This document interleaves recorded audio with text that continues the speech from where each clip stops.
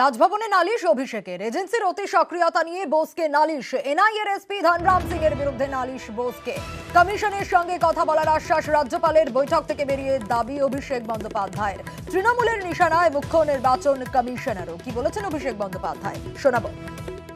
জিতিন তিওয়ারি যখন ঢুকছে তাকে একজন লোক রিসিভ করছে যে সেই এসপি এনআইএ ধনরাম সিং এর বাড়িতে কর্তব্যরত কাজ করে, বেরোচ্ছে তাকে ছেড়ে দিচ্ছে নিচ অব্দি।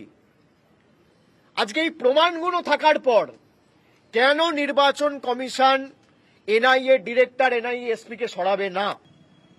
যারা ভাবছে এনআইএ কে ব্যবহার করব ভোটের সময়, ইডি কে ব্যবহার করব মাঠ ফাঁকা করে দেবো, যারা বিজেপির তল্পি বাহক হিসেবে কাজ করছে ইলেকশন কমিশন কেন তাদের বিরুদ্ধে ব্যবস্থা নেবে না? আমাদের অভিযোগ বিজেপির বিরুদ্ধে নয়, আমাদের অভিযোগ ইলেকশন কমিশনের বিরুদ্ধে।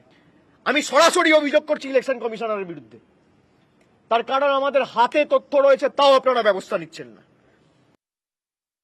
যেভাবে টেনে হিচড়ে আমাদের সাংসদদের তুলে নিয়ে গিয়ে প্রথমে বললো মন্দির মার্গের পুলিশ থানায় নিয়ে যাব, তারপর হঠাৎ করে রুট চেঞ্জ করে অন্যদিকে নিয়ে যাওয়া শুরু করলো।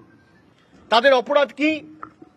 জলপাইগুড়ি আলিপুরদুয়ারের মায়েদের জন্য যাতে তাদের বাড়ির কাজ রাজ্য সরকার শুরু করতে পারে, ইলেকশন কমিশনের কাছে অনুমতি চাইতে গেছে। সরকারের দ্বারা নিয়োগ করা election commission chief election commissioner, আমি সরাসরি অভিযোগ করছি ইলেকশন কমিশনারের বিরুদ্ধে। আপনারা চান না বিরোধীরা লেভেল প্লেইং ফিল্ড পাক?